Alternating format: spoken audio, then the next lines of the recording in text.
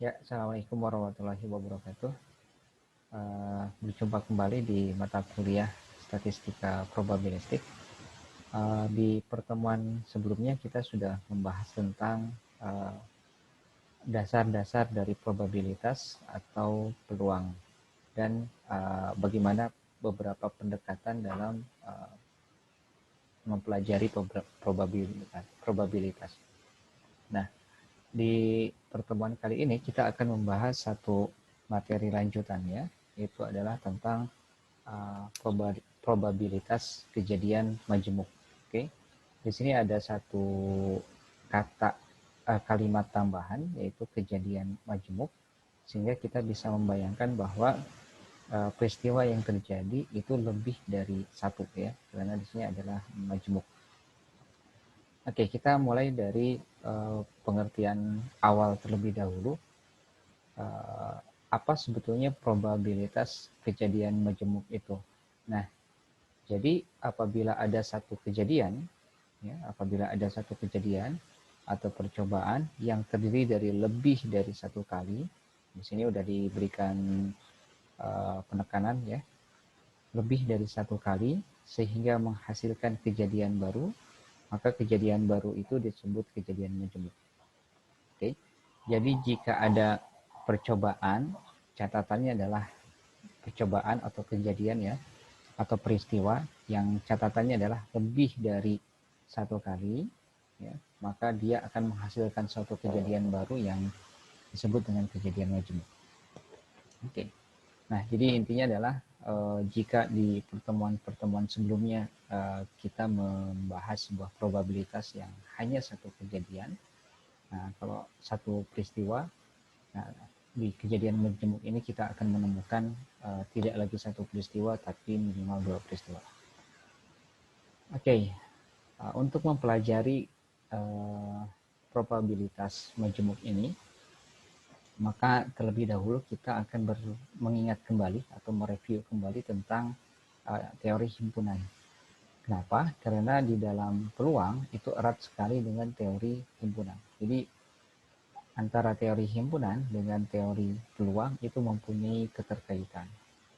Nah, dalam pembahasan konsep probabilitas, kita bisa melihat kaitannya dengan teori peluang. Oke, jadi misalkan di dalam konsep probabilitas seperti yang sudah kita pelajari di pekan kemarin, itu ada yang namanya ruang sampel. Ya. Ruang sampel itu identik dengan yang namanya himpunan semesta, ya, pada teori himpunan. Sedangkan kejadiannya, ya, kejadian A, kejadian B, kejadian dalam probabilitas, ya, itu sama dengan seperti sebuah himpunan, ya, himpunan bagian dari ruang sampel atau himpunan semesta. Di dalam probabilitas kita juga mengenal adanya titik sampel, ya, titik sampel anggota dari kejadian A, maka dia juga identik dengan anggota himpunan, ya, anggota himpunan dari A. Nah, sehingga pengetahuan kita tentang teori himpunan akan memberikan dasar yang baik, ya, terhadap pemahaman kita pada teori probabilitas. Himpunan seharusnya memang sudah dipelajari, ya, pada saat tingkat 1 awal di mata kuliah matematika diskrit. Kalian bisa melihat di buku matematika diskrit atau bisa searching bagaimana beberapa persamaan-persamaan di teori himpunan itu seperti apa. Oke. Nah, di sini kita akan coba ulang kembali, ya, beberapa persamaan pada teori himpunan yang akan digunakan di dalam peluang atau probabilitas. Nah, dalam teori himpunan kita mengetahui bahwa sebuah persamaan itu, sebuah himpunan itu mempunyai keterkaitan seperti ini, ya, mempunyai keterkaitan seperti ini. Jadi anggota himpunan, gabungan anggota himpunan A dan B, ya, ini kan gabungan. Oke, ini gabungan supaya kita bisa mengingat kembali ini gabungan. Oke. Yang seperti ini adalah irisan. Jadi anggota gabungan dari dua buah himpunan itu sama dengan anggota A, ditambah anggota B dikurangi irisan anggota A dan B. Ya, irisan anggota A dan B. Jadi N itu menyatakan jumlah, ya. Ini yang di sini, ini ada N, ya. Itu menyatakan jumlah. Jadi kalau misalkan NA gabungan N, A gabungan B, itu artinya adalah jumlah anggota himpunan A digabung dengan anggota himpunan B sama dengan jumlah anggota himpunan A ditambah jumlah anggota himpunan B dikurangi jumlah irisan, ya, himpunan anggota himpunan A dan himpunan B. Nah, jika persamaan himpunan ini, ya, kita bagi dengan jumlah anggota himpunan S semesta, ya, kurang lebih jadinya seperti ini. Nah, jika kita kaitkan dengan perumusan peluang di materi sebelumnya, maka bentuk seperti ini kan menjadi bisa kita ganti menjadi peluang, ya. Anggota gabungan himpunan A dan B, ya, dibagi dengan himpunan semestanya jadinya peluang A gabungan B, kan, seperti itu. Sama seperti yang ini, NA dibagi NS jadinya peluang A, ya. Kejadian B, anggota himpunan B dibagi anggota himpunan S, ya, semesta jadinya peluang B, dan begitu seterusnya. Sehingga di dalam teori himpunan yang awalnya seperti ini, ya, jika kita terapkan dalam probabilitas jadinya seperti ini. Oke. Nah, jadi di dalam peluang kita mengadaptasi dari persamaan yang ada di dalam teori himpunan.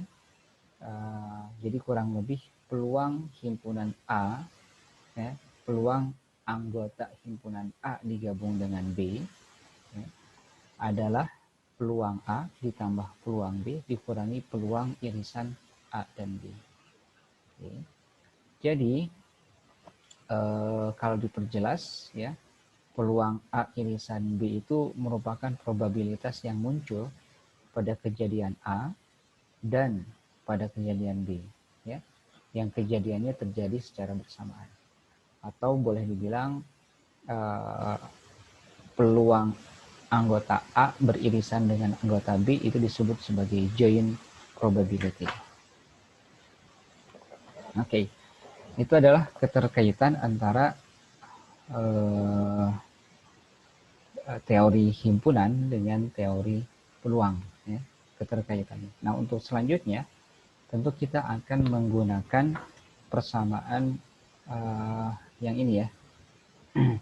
Oke, jadi kita mengadaptasi persamaan yang ada pada teori himpunan, lalu kita menerapkannya pada teori probabilitas atau teori peluang.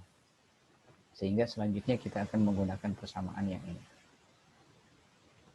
Oke, kita masuk ke dalam satu contoh saja bagaimana sebuah kejadian majemuk itu terjadi. Oke, pada contoh pertama ini kita bacakan dulu contoh soalnya. Pada percobaan melempar sebuah dadu, berapa munculnya mata dadu ganjil atau mata dadu prima. Jadi di sini ada dua kejadian. Yang pertama adalah munculnya mata dadu ganjil, ya, bermata dadu ganjil atau mata dadu bilangan prima. Oke, ada dua buah kejadian. Sehingga jika kita urai, ya, ada dua kejadian. Kita misalkan kejadian A dan kejadian B, ya. Kejadian A adalah munculnya angka dadu ganjil. Kita bisa tahu bahwa anggotanya adalah 135, maka anggota himpunan A, ya, atau ya anggota himpunan A itu adalah 3 jumlahnya ya. 1, 3, 5, jadi ada 3 jumlahnya. Lalu ada anggota himpunan B. Ya, anggota himpunan B adalah munculnya angka dadu bilangan prima. Ya. Angka bilangan prima adalah 2, 3, 5, sehingga NB-nya, ini salah, ini NB. Oke. NB-nya adalah 3. Sedangkan kita tahu bahwa ruang sampel atau kemungkinan keseluruhannya atau ruang semestanya adalah 1 sampai angka 6. 1, 2, 3, 4, 5, 6, sehingga NS-nya adalah 6. NS-nya adalah 6. Nah, jika kita terapkan di dalam persamaan yang tadi, maka kita akan peroleh peluang A. Peluang A adalah NA dibagi NS. Ya, NA dibagi NS berarti anggota NA adalah 3. Semestanya adalah 6, diperkecil menjadi setengah. Begitupun dengan peluang B, ya, anggota bilangan B ada 3, anggota semestanya ada 6, berarti setengah kembali. Ya. Dan kita lihat di sini ada yang beririsan, ternyata ada. Di himpunan A muncul angka 3 dan 5, dan himpunan B muncul angka 3 dan 5 juga. Ya. Nah, sehingga dari jawaban di atas dapat lihat bahwa angka 3 dan angka 5 itu muncul pada kejadian A maupun kejadian B, sehingga dia beririsan ya, beririsan. Nah, karena ada dua angka yang beririsan, maka dia anggota A irisan B ada 2, dibagi semestanya ada 6. Ya. Kurang lebih menjadi 1/3. Ya. 1/3. Jika kita terapkan ke dalam persamaan probabilitas yang sebelumnya sudah dijelaskan, ya, oke, sehingga kita bisa menerapkan atau mengganti saja peluang A ditambah peluang B dikurangi peluang irisan anggota A dan anggota B. Ya, kurang lebih setengah ditambah setengah dikurangi 1/3. Ya, hasilnya adalah 2/3. Sehingga peluang anggota A digabung dengan anggota B, peluangnya adalah 2/3. Kalau kita ingin menjadikannya persentase, ya berarti tinggal dikalikan 100%. Ya, 100%. Oke.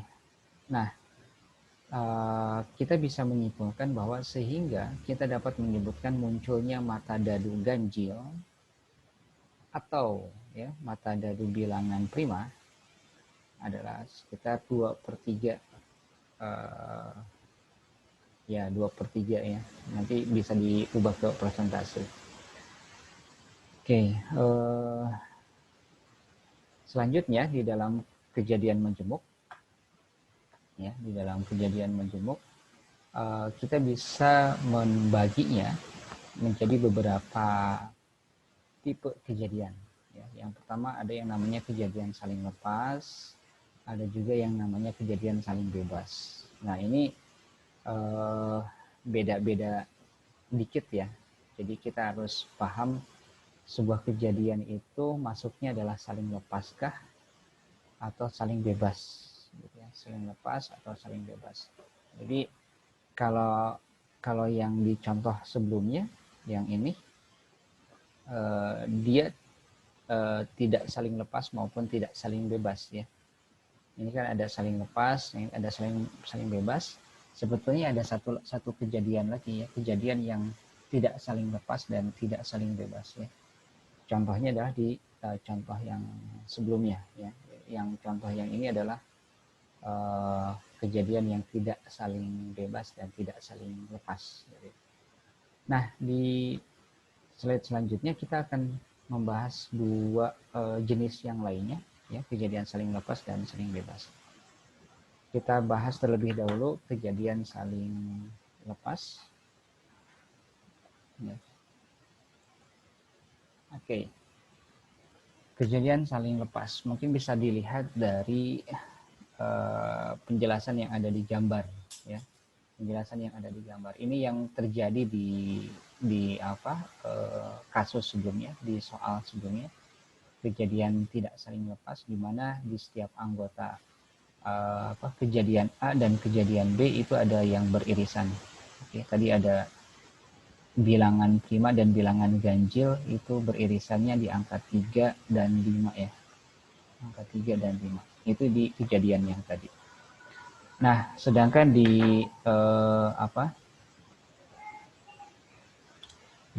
kejadian saling lepas itu kurang lebih ilustrasinya adalah seperti yang ada di sini ya. Oke. Seperti ada yang di sini. Dia tidak lagi beririsan gitu ya. Dia tidak lagi beririsan seperti halnya ada di sini. Oke. Jadi kejadian A dan kejadian B itu tidak ada yang sama anggotanya kalau dilihat dari ilustrasi yang ada di dalam gambar ya. Ini berarti saling lepas. Nah, penjelasannya bila kejadian A dan kejadian B dalam suatu ruang sampel berlaku A irisan B-nya kosong, jadi tidak punya anggota yang beririsan.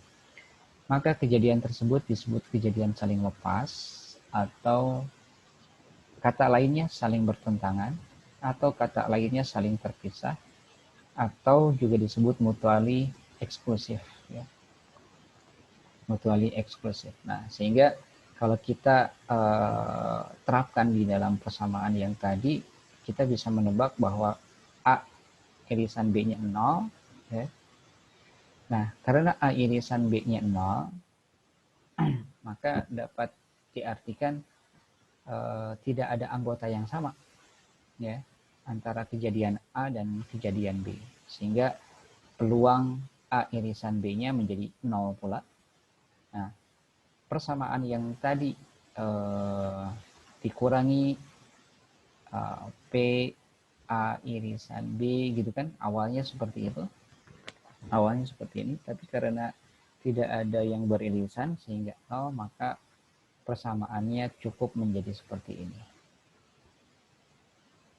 Oke, simple ya, karena tidak ada yang mempunyai anggota yang sama sehingga persamaannya justru menjadi lebih simple seperti itu. Kita contohkan ya.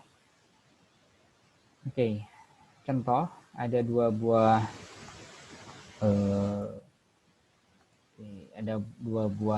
dadu dilempar.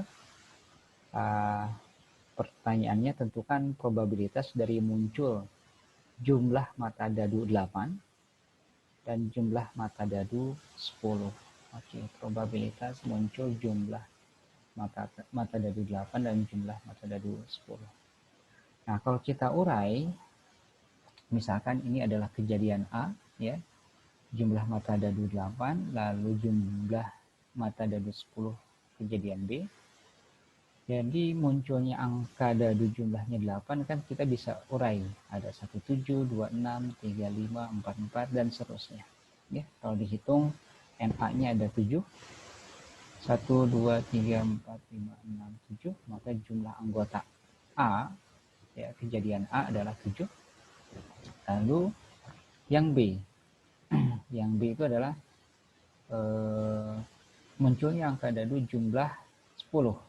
Ini bukan 13, 10 ya. Berarti kalau kita urai 3, 7, 4, 6 dan seterusnya ya, jumlah anggotanya ada 5. Nah, tentu ruang sampelnya adalah ada 36 ya, karena ini dua buah mata dadu dilempar. Nah, coba kita lihat antara himpunan A dan himpunan B apakah ada anggota yang sama. Tentu kita akan menemukan bahwa jumlah anggota A dan B itu tidak ada yang sama ya. Tidak ada yang sama karena jumlahnya pun beda. Yang ini 8, yang ini 10. Pasti nggak ada anggota yang sama. Sehingga boleh dibilang A irisan B-nya pun nggak ada. Kosong ya. Kosong. Nah, dari keterangan di atas ya, dari keterangan di atas kita bisa menghitung bahwa peluang kejadian A berarti anggota A dibagi semestanya ya. Jadi ada 7 anggotanya, lalu semestanya ada 36. Ada 36. Sedangkan peluang B kejadiannya ada 5, semestanya ada 36. Nah, karena A irisan B-nya 0, maka artinya kejadiannya adalah saling lepas. Nggak ada hubungan antara kejadian A dengan kejadian B. Atau kejadian A tidak mempengaruhi kejadian A dan B tidak saling mempengaruhi. Ya. Sehingga kita memperoleh dengan persamaan yang sederhana ini, ya, peluang A ditambah peluang B, berarti 7/36 ditambah 5/36, hasilnya adalah 12/36, atau kita perkecil jadi 1/3. Kalau kita buat persentase berarti kurang lebih sekitar 33%. Ya. Oke, jadi itu kejadian yang saling lepas yang sebelumnya. Nah, yang kedua tentang kejadian saling bebas. Untuk mempelajari atau memahami tentang materi kejadian saling bebas, kita bisa melihat percakapan dokter antara pasiennya. Jadi, kita baca, misalkan dokter ini mengatakan, misalkan ada seorang pasien yang menderita penyakit tertentu, ya. Lalu dokter ini mengatakan bahwa penyakit yang diderita oleh ibu tersebut itu cukup langka dan berbahaya, gitu ya. Sehingga harus diberikan tindakan, satu-satunya adalah tindakan operasi, mau tidak mau, karena penyakitnya mungkin langka dan harus diberikan tindakan tersebut. Nah, dokter tersebut mengatakan bahwa peluang berhasilnya operasi ini cukup kecil, ya. Hanya 1 dari 10 operasi yang berhasil, gitu ya. Hanya 1 dari 10 kali operasi yang berhasil. Nah, tapi kabar baiknya adalah kemarin dokter tersebut sudah habis melakukan operasi terhadap 9 orang pasien lainnya, gitu ya, dan semuanya meninggal. Nah, berarti ibu adalah pasien ke-10, ya, yang merupakan 1 dari 10 yang akan berhasil. Nah, kira-kira bagaimana? Apakah ibu itu setuju operasi? Mari kita tempatkan posisi ibu-ibu tersebut dengan posisi kita. Jika kita menemukan kasus tersebut menimpa diri kita, gitu ya, ada 10 kejadian, peluangnya adalah bahwa 1 dari 10 kejadian itu berhasil, dan si dokter tersebut sudah mengoperasi 9 orang, berarti kita adalah pasien yang ke-10. Kira-kira dengan pernyataan 1 dari 10 operasi tersebut yang berhasil, apakah kita akan menerima untuk melakukan operasi atau tidak, gitu ya, karena kita adalah pasien ke-10, sedangkan 9 pasien yang lainnya sudah meninggal, gitu. Sehingga apakah peluang kita menjadi berhasil atau tidak. Nah, mari kita cermati, ya, satu kutipan, ya. Di sini hanya 1, kita lihat, ya,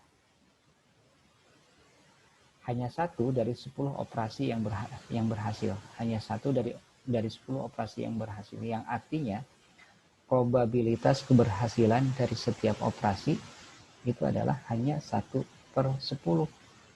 ya. Nah, kejadian di mana 9 orang pasien yang telah melakukan operasi dan meninggal dunia tentu tidak mempengaruhi hasil yang ke-10, ya, hasil pasien yang ke-10, yang jika dia melakukan operasi hasilnya akan berhasil. Nah, secara matematis kita akan mendapatkan bahwa probabilitas untuk pasien yang ke-10 itu tidak menjadi besar, ya. Tetap aja probabilitasnya adalah peluangnya adalah 1/10. Jadi kejadian yang menimpa 9 pasien sebelumnya itu tidak mempengaruhi probabilitas untuk pasien yang ke-10. Nah, jadi itu ilustrasi tersebut disebut dengan kejadian yang saling bebas, gitu ya, di mana kejadian dari peristiwa-peristiwa sebelumnya itu tidak mempengaruhi kejadian setelahnya. Ya. Probabilitasnya tetap aja segitu. Ya. 1/10. Pasien pertama probabilitas keberhasilannya 1/10. Pasien kedua probabilitas keberhasilannya 1/10 juga. Begitupun dengan pasien-pasien yang lainnya, termasuk di pasien yang ke-10, walaupun 9 pasien yang lainnya sudah meninggal gitu. Jadi pasien ke-10 tetap aja probabilitasnya adalah 1/10. Nah, di dalam kejadian saling bebas, ya, kasus di mana kejadian pertama tidak mempengaruhi kejadian yang lain, ya, persamaan yang berlaku kurang lebih seperti yang ada di slide, ya, bahwa peluang A beririsan dengan peluang B sama dengan peluang A dikali, ya, titik dikali peluang B, ya.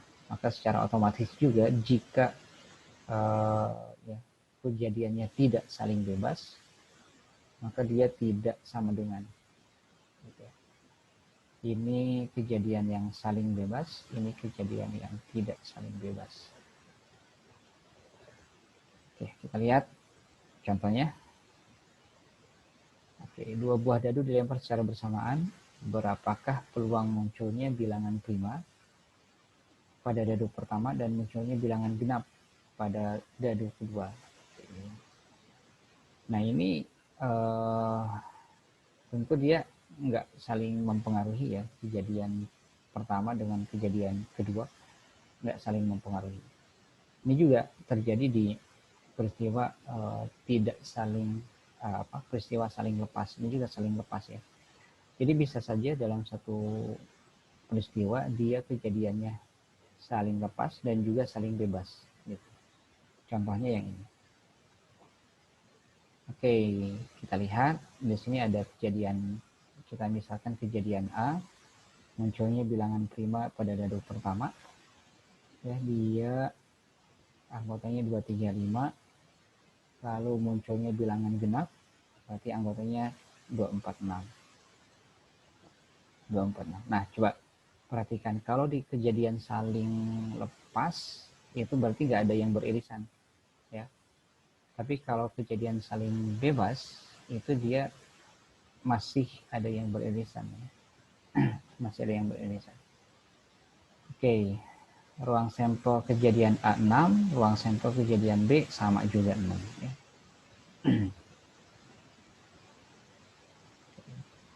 Nah, coba dilihat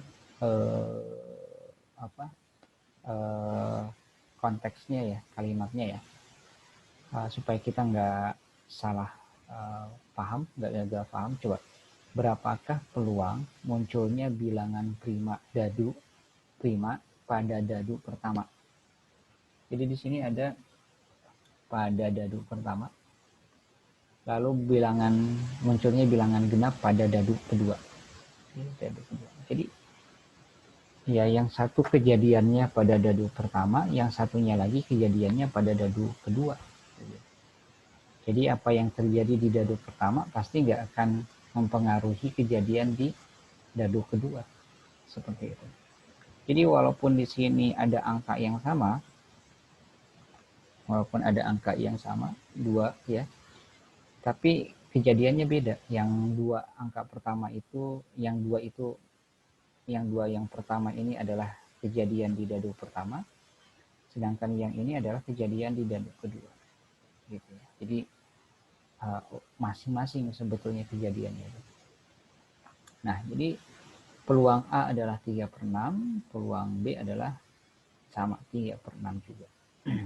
Sehingga kita peroleh P irisan AB itu adalah 1/4, ya. Setengah kali setengah. Peluang A beririsan dengan B itu adalah 1/4.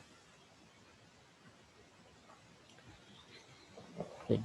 Setelah kita mempelajari peristiwa kejadian majemuk, di mana di dalam peristiwa kejadian majemuk itu ada yang saling lepas, dan ada yang saling bebas, ya.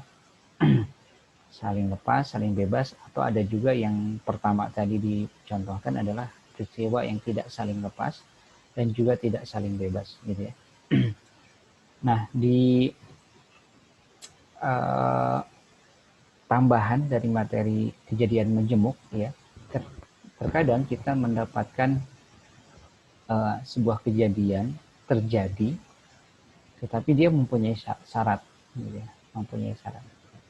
Sebuah kejadian bisa terjadi asalkan ada syarat-syarat kejadian sebelumnya, gitu ya. Misalkan mahasiswa bisa melakukan kuliah dengan syarat sudah membayar SPP, gitu ya. Jadi kejadian mahasiswa kuliah itu bisa terjadi jika syaratnya terpenuhi, harus bayar SPP, gitu ya. Mahasiswa bisa bayar SPP ketika namanya tercatat sebagai mahasiswa di kampus tersebut. Berarti ada syarat lagi, gitu ya. Jadi satu kejadian dipengaruhi oleh syarat kejadian sebelumnya. Nah, probabilitas bersyarat biasa juga disebut sebagai conditional probability. Conditional probability yaitu probabilitas suatu kejadian A yang terjadi dengan syarat kejadian B terlebih dahulu, gitu ya. Jadi kejadian A bisa terjadi, syaratnya kejadian B terjadi terlebih dahulu. Nah, sehingga kita bisa menyebutkan kejadian A bersyarat B, ya. Kejadian A bersyarat B. A bisa terjadi jika B terjadi duluan. Nah, kejadian A bersyarat B dapat kita tuliskan dalam bentuk seperti ini, A garis miring B. Ya, penulisan tanda garis miring itu tidak menandakan sebagai operasi pembagian, ya, bukan, tetapi itu sebagai bentuk penulisan A bersyarat B. Nah, dengan demikian kita bisa mempunyai dua makna yang berbeda, ya, antara kalau kita tulis A garis miring B dengan B garis miring A, itu pasti maknanya beda, gitu. Maknanya beda, ya, antara A garis miring B dan B garis miring A. A garis miring B seperti yang ini bermakna kejadian A akan terjadi dengan syarat B-nya terjadi terlebih dahulu. Begitupun sebaliknya, ya, jika B garis miring A artinya adalah kejadian B akan terjadi dengan syarat kejadian A terjadi terlebih dahulu. Oke. Jadi kita bisa tahu A garis miring B atau B garis miring A itu dua peristiwa yang berbeda. Mana yang jadi syarat yang harus terjadi di kejadian sebelumnya, gitu ya. Oke. Bisa paham ya mudah-mudahan di sini. Jadi A garis miring B berarti B duluan yang terjadi baru A, karena B menjadi syarat A, ya, yang ini B menjadi syarat A. Kalau kejadian yang ini berarti A menjadi syarat agar kejadian B dapat terjadi. Secara perhitungan, probabilitas bersyarat itu dapat ditulis dengan persamaan seperti ini. Kejadian bersyaratnya, peristiwa probabilitas atau peluang kejadian A dengan syarat B, bentuknya seperti ini, ya. Sedangkan probabilitas kejadian B dengan syarat A terjadi terlebih dahulu, persamaannya seperti ini. Kita bisa lihat bahwa kejadian yang menjadi syarat itu menjadi pembagi di bawahnya. Oke. Jadi peluang A irisan B dibagi peluang B yang menjadi syarat. Kita masuk ke dalam contoh, ya, kita implementasikan di sini. Di sini ada sebuah data apa ini, ya? data pekerja ya. Ada pekerja laki-laki, ada pekerja perempuan ya.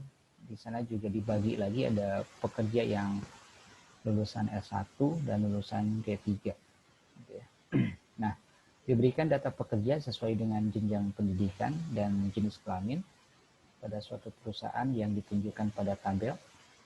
Perusahaan tersebut akan menugaskan seorang pegawai untuk membuka cabang baru ya, membuka cabang baru. Bila yang terpilih adalah pekerja dengan jenjang pendidikan S1 ya, berapakah probabilitas bahwa pegawai tersebut adalah laki-laki? Oke. Jadi kejadiannya atau pertanyaannya, bila yang terpilih adalah pekerja dengan jenjang pendidikan S1, berapakah probabilitas bahwa pegawai tersebut adalah laki-laki? Nah, di sini kita bisa lihat bahwa peluang terpilihnya laki-laki itu ada syarat yang harus dipenuhi terlebih dahulu sebelumnya. Oke, syaratnya adalah S1. Ya, jadi sebelum kita menentukan peluang untuk pegawai yang laki-laki, maka kita harus lihat kejadian syaratnya dulu. Jadi syaratnya adalah S1 gitu. Nah, bagaimana cara menyelesaikannya? Nah, dalam kasus di atas ya, dalam kasus yang tadi disebutkan, kejadian terpilihnya laki-laki dengan terlebih dahulu ada kejadian yang mendahulunya sebagai syarat, yaitu pekerjanya harus mempunyai jenjang S1 ya, sehingga kita bisa membuat merinci ya, bahwa kejadian A adalah kejadian terpilihnya pekerja dengan jenjang S1 ya. Jenjang S1 jumlah totalnya adalah 500, 350 tambah 150 jadinya adalah 500 gitu ya. Lalu kejadian terpilihnya pegawai laki-laki. Nah, tentu pegawai laki-laki di sini kejadian berikutnya ya, setelah syarat sebelumnya terpenuhi. Nah, sedangkan ruang sampelnya ya, ruang semestanya adalah 800 ya. Ruang sampelnya adalah 800. NA berarti anggota irisan antara himpunan A dan himpunan B ya. Anggota irisan antara himpunan A dan himpunan B. Himpunan laki-laki dan himpunan S1 ya. Himpunan laki-laki dan himpunan S1 berarti kan laki-laki dan S1 ini 350 gitu kan.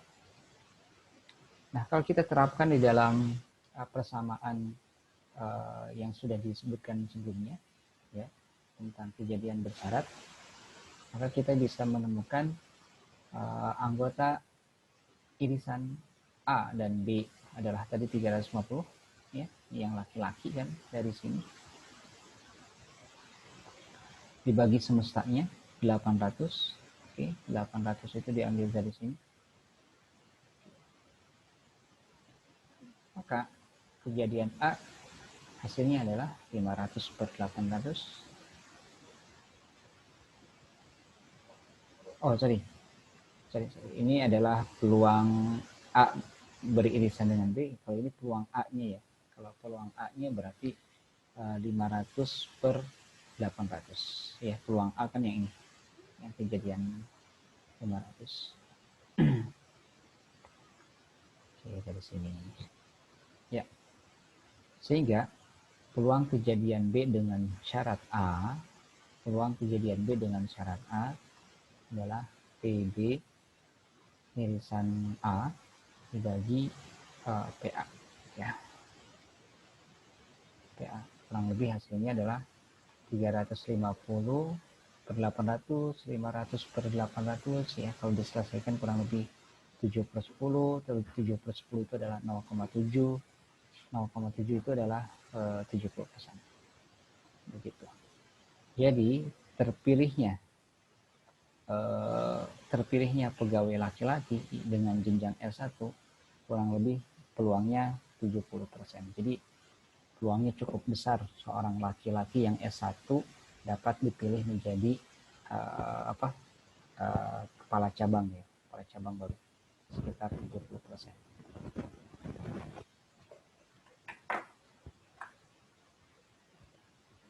Oke, itu mungkin untuk materi kali ini.